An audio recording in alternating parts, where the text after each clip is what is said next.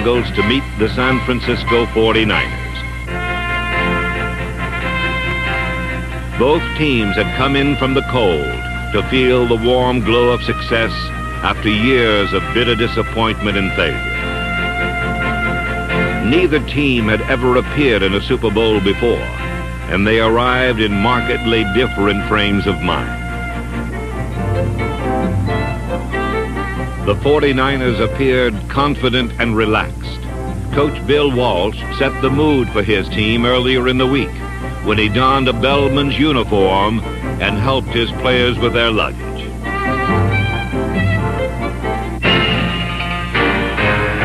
The Bengals, on the other hand, seemed anxious and grim, proud survivors of a difficult voyage under a demanding captain, Coach Forrest Gregg.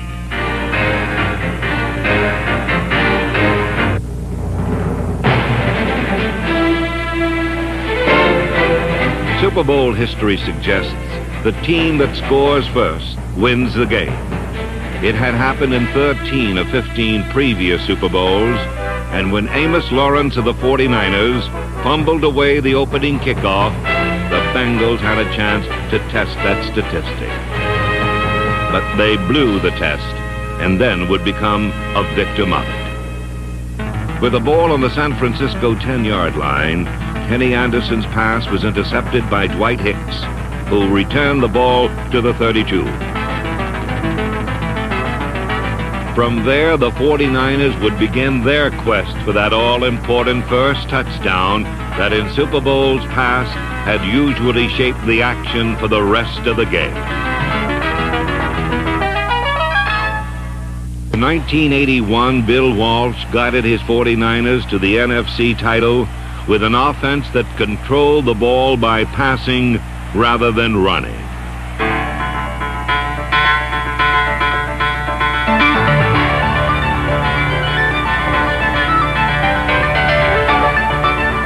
In Super Bowl 16, 5 of the first 6 49er plays were passes.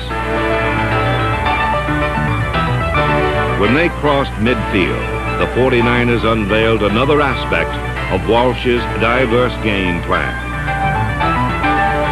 An exotic flea flicker pass from Joe Montana to Charlie Young gained 14 yards. 3 plays later, Walsh had another surprise for the Bengals. The 49ers left tackle Dan Audick moved over to the right side and lined up between guard Randy Cross and tackle Keith Farnhorst, giving the 49ers 4 blockers on the right side while leaving just 2 on the left. Bill Ring gained 7 yards running out of this unbalanced line. It was a little thing, but in Walsh's meticulous, precise offense, it is the sum of little things that count. A short pass to Freddie Solomon left the 49ers 1 yard away from the all-important first touchdown of Super Bowl 16. Calling his signals is Joe. He's going to sneak it. He's in. A 49er touchdown. The 49ers are on the board, and they made it look rather easily as they went 68 yards to score. Super Bowls often bring out the little old lady in mighty football teams, but the 49ers protected their lead with a defense that was just as daring and creative as their offense. Fred Dean, number 74, the all-pro defensive end, was used once as a roving linebacker in the first quarter. Dean's blitz was picked up, but Keena Turner got in for the sack.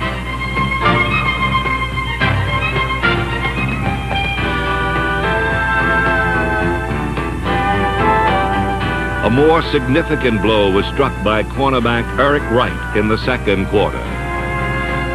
Anderson completed a pass to Chris Collingsworth at the 49er 8. But Wright stripped the ball from Collingsworth and Lynn Thomas recovered. The ball-hawking 49er secondary had again snuffed out another Cincinnati scoring opportunity.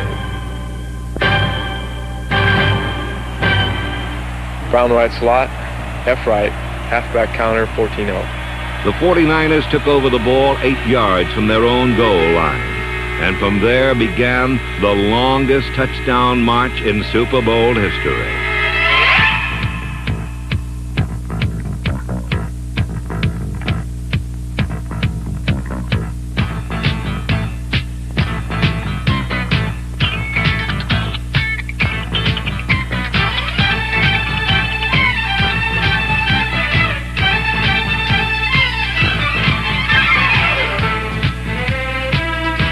Like the 49ers' first scoring drive, this one consisted not of a few big plays, but a lot of small ones, executed with precision and without error.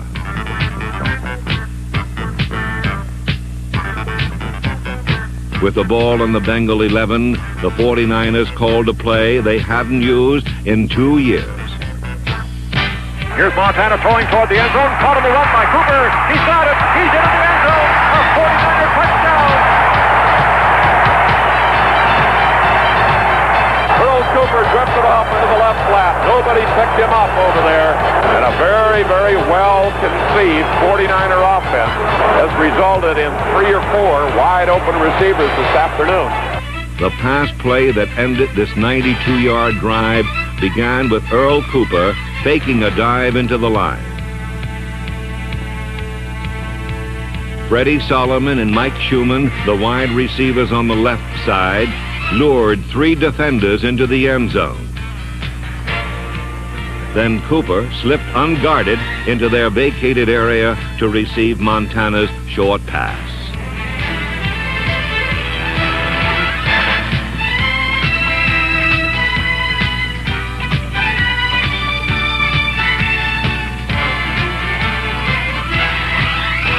The befuddled Bengals encountered still another aspect of Bill Walsh's clever game plan on the ensuing kickoff. David Versa misplayed Ray Wershing's squib kick, and the resulting poor field position led to a 49er field goal that made the score 17-0 late in the second quarter. Walsh had discovered this unique kickoff in the season's opening game in Detroit, when an injury had prevented Wershing from booming his kicks.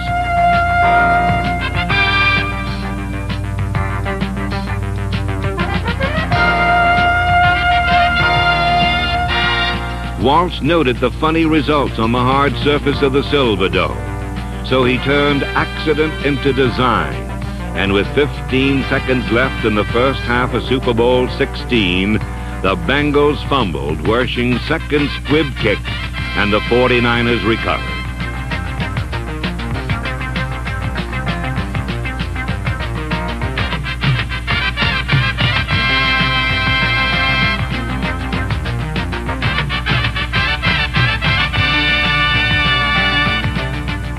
Wershing kicked a 26-yard field goal, and the 49ers ended the second quarter with the largest halftime lead in Super Bowl history, 20-0. When you're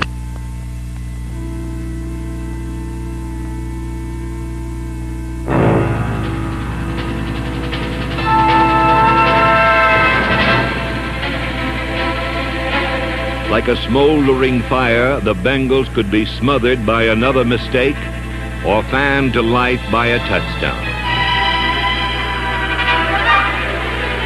At the start of the third quarter, Kenny Anderson sparked a Bengal drive with a variety of short passes.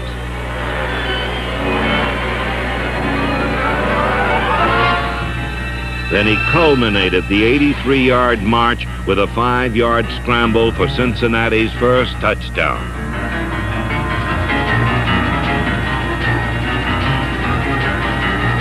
The cool ingenuity of Bill Walsh had shaped the character of the first half. Now the mad fury of Forrest Gregg's defense would dominate the third quarter.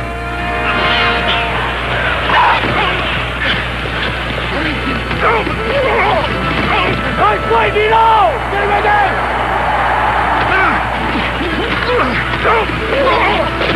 Hold on! The ring comes in a second.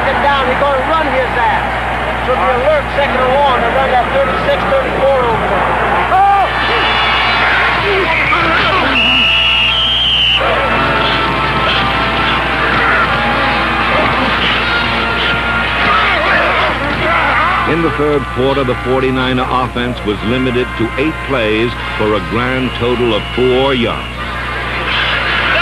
The guy's playing so loose, he's playing the inside, take it up and break it. Don't chase him in. You're getting yourself covered by the inside linebacker.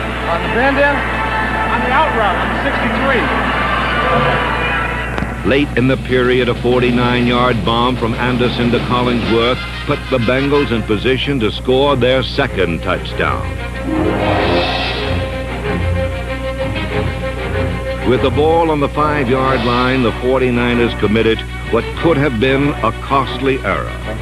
Linebacker Keena Turner didn't hear the call to go out on the field, and San Francisco lined up with only 10 men.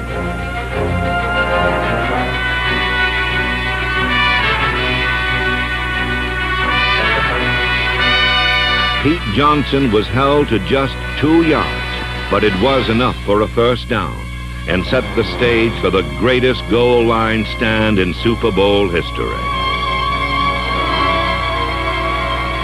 Like the game itself, the outcome of this goal line stand would be determined by a collection of small things, some done well, some not.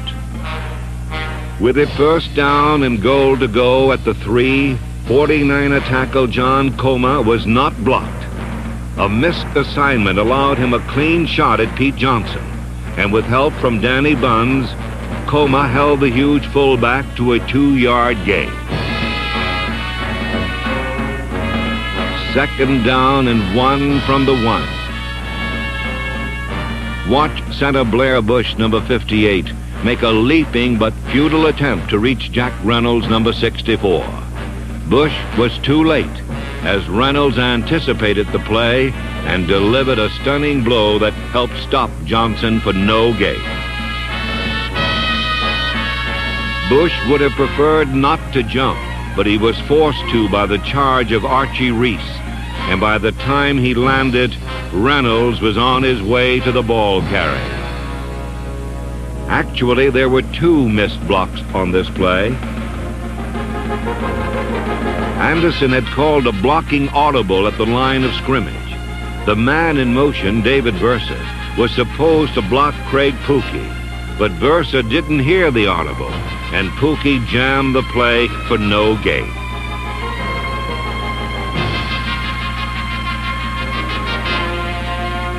Third down and 1 from the 1. Anderson passed to running back Charles Alexander, but Danny Buns dropped him 12 inches short of the goal line.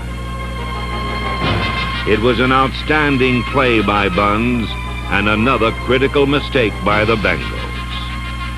The play called for Alexander to get into the end zone before he turned for the ball. But he made his cut too short, and Buns made him pay for his mistake by tackling him immediately.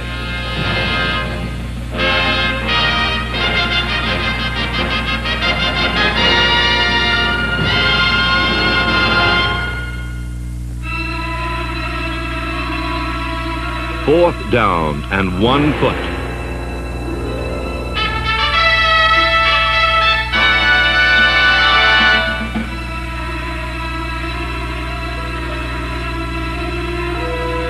The Bengals now as Ken Anderson is ready from the 2-foot line. Paulie signals on 4th down, has the ball, hands it off. He's met at the goal line. I don't believe he got in.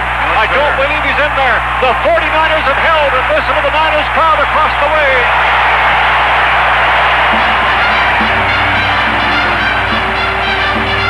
The final play in the 49ers' magnificent stand was, in the best sense of the cliche, a team effort. Reynolds, Buns, and Ronnie Lott converged on Johnson and stuffed him at the line of scrimmage.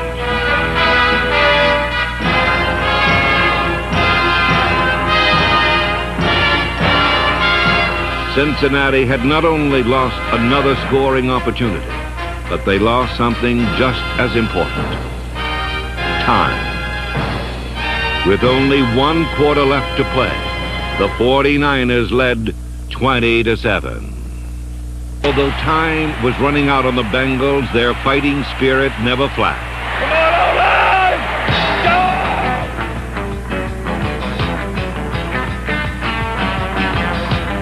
And early in the fourth quarter, their offense retrieved some of its lost dignity with a determined 53-yard touchdown drive.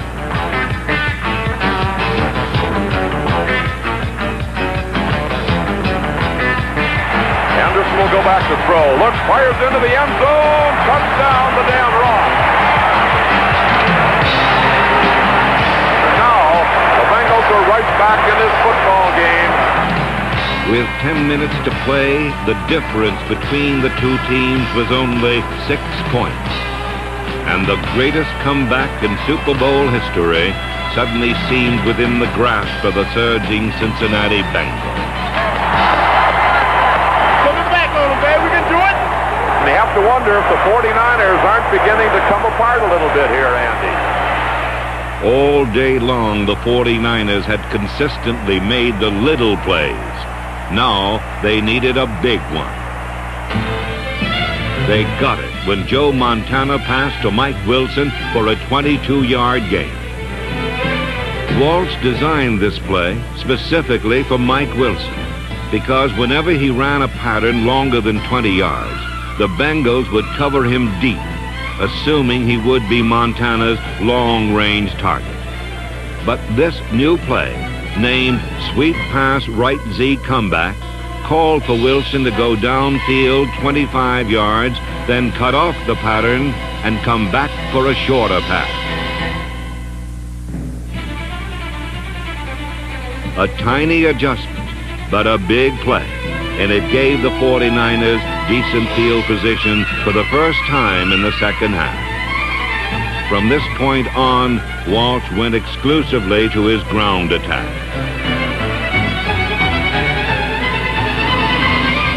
Cincinnati finally stopped the 49ers' advance by sending defensive backs like Bobby Kemp, number 26, on kamikaze missions to knock out the lead blockers.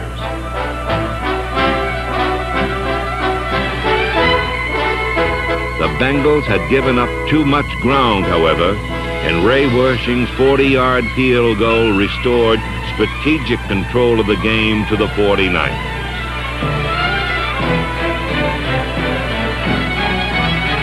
Whatever small hope remained for the Bengals died on their next offensive play. Here's Anderson backpedaling, throws a pass over the middle.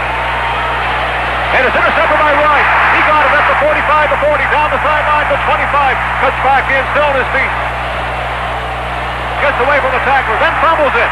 It's loose there at the 21-yard line. We'll see who got it. And the 49ers have recovered a ball just short of the Bengals' 21-yard line. That might be it right there. Eric Wright's interception led to Wersching's fourth field goal, which increased San Francisco's lead to 12 points with just 2 minutes to play. Now the Bengals were battling not only the fired-up 49ers, but an even more relentless enemy, the clock. Run, clock, run!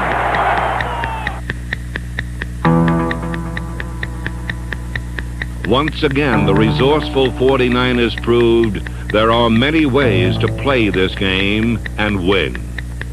They let Anderson complete his passes in the center of the field, but never allowed his receivers to catch the ball near the sideline and stop the clock.